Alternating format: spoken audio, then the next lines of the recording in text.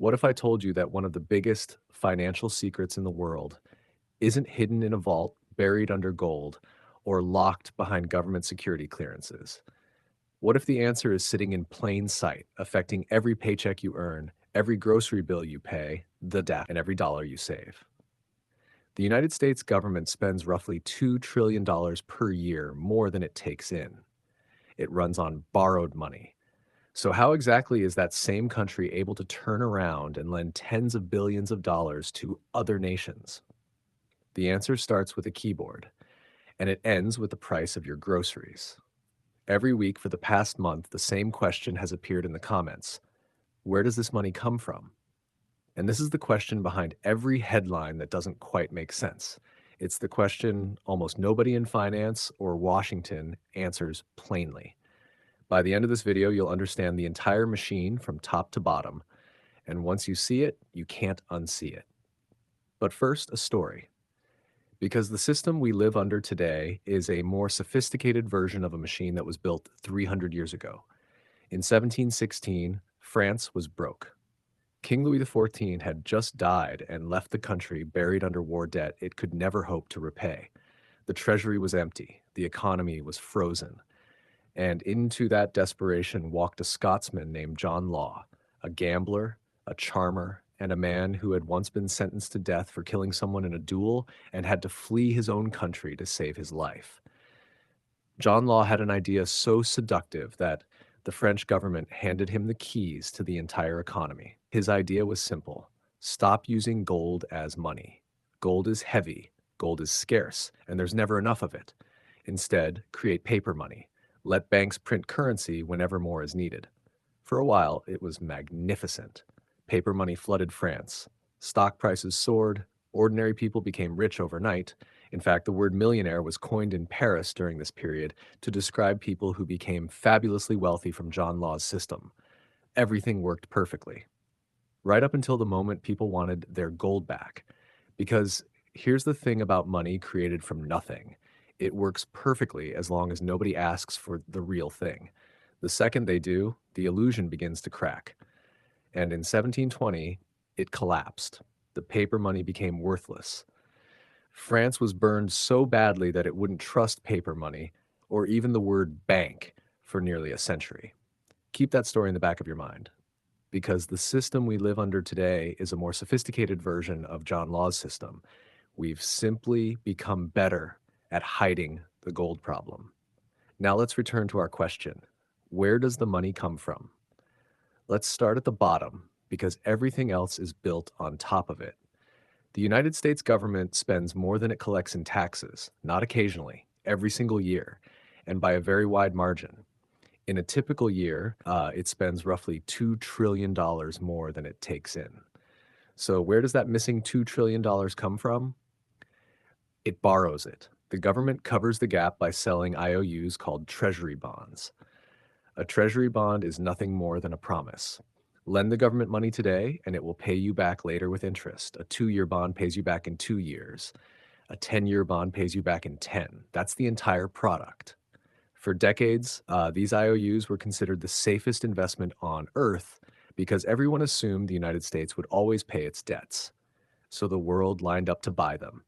Foreign governments, pension funds, banks, investment firms, and ordinary investors. That's the first answer. The government gets money by borrowing through treasury bonds.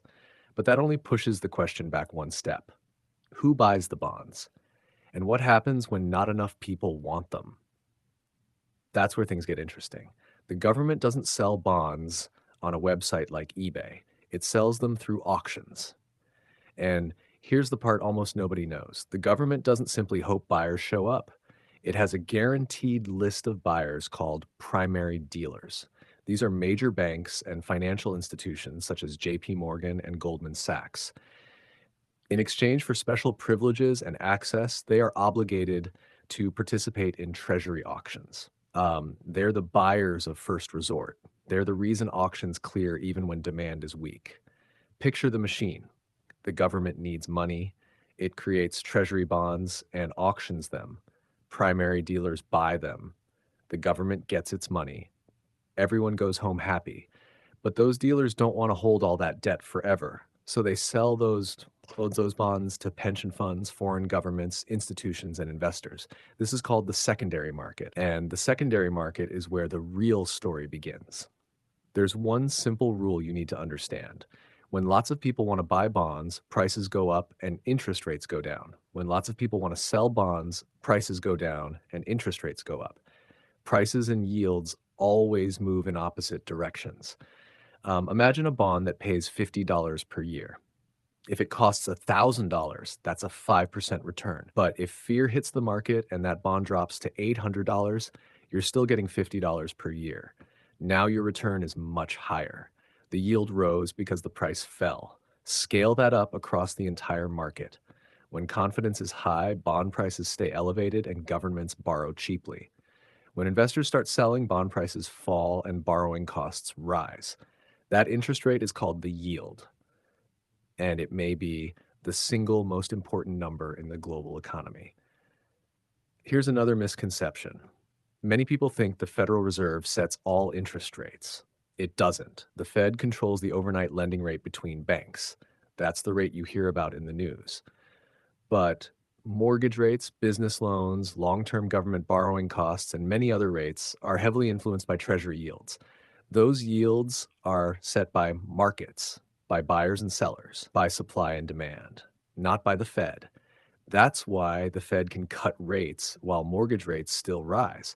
The market ultimately decides long-term borrowing costs. So now you understand the engine.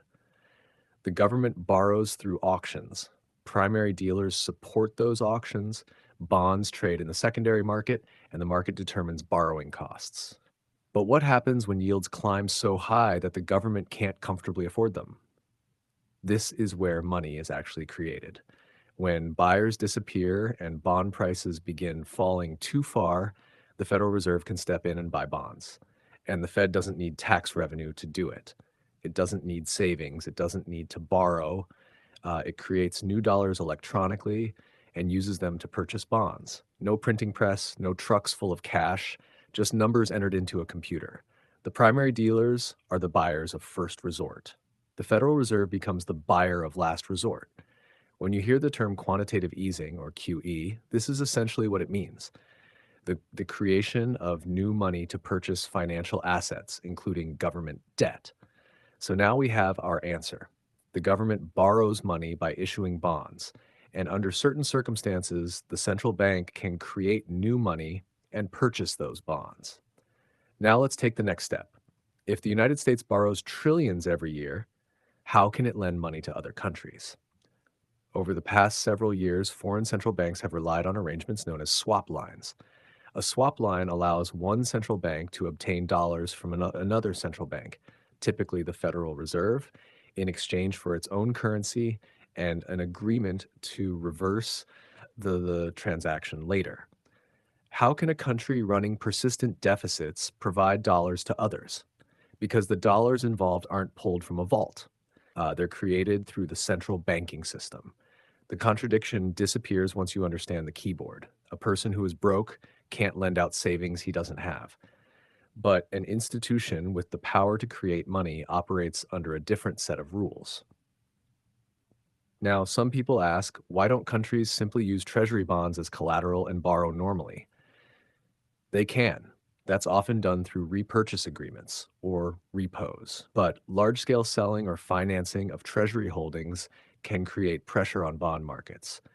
Swap arrangements can help provide liquidity without forcing immediate sales.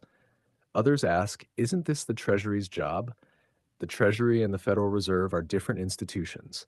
The Treasury raises money through taxes and borrowing. The Federal Reserve manages monetary policy and can create bank reserves as part of its operations. Swap lines became especially important during the 2008 financial crisis and again during the market turmoil of 2020. In those cases, dollars were provided to major central banks to stabilize global funding markets.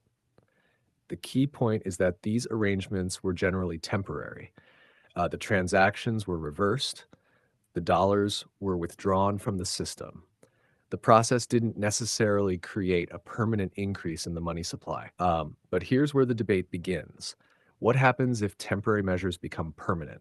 What happens if debt keeps growing faster than productive economic output?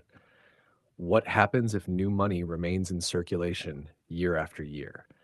Those are the questions investors, economists, and policymakers continue to argue about. Some believe the system remains sustainable because the dollar remains the world's primary reserve currency. Others believe excessive debt and money creation eventually weaken purchasing power. Regardless of where you stand, one thing is clear: money doesn't exist in isolation. Every policy decision has consequences.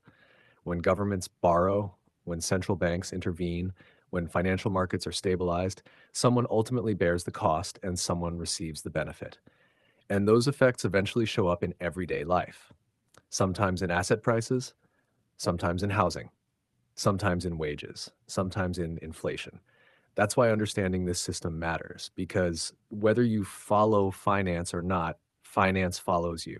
It determines what your savings can buy. It influences the value of your paycheck, and it shapes the opportunities available to future generations. The next time you hear about government borrowing, treasury auctions, Federal Reserve interventions, quantitative easing, or swap lines, you'll understand what's happening behind the headlines. You'll understand that modern money isn't just paper. It's a system of promises, confidence, debt, liquidity, and trust. And like every system in history, it works brilliantly until confidence begins to crack. Thank you for watching. If you found this breakdown valuable, make sure you hit the like button, subscribe to the channel, and turn on notifications so you never miss future videos. And most importantly, share this video with someone who still believes money simply comes from taxes. I'd love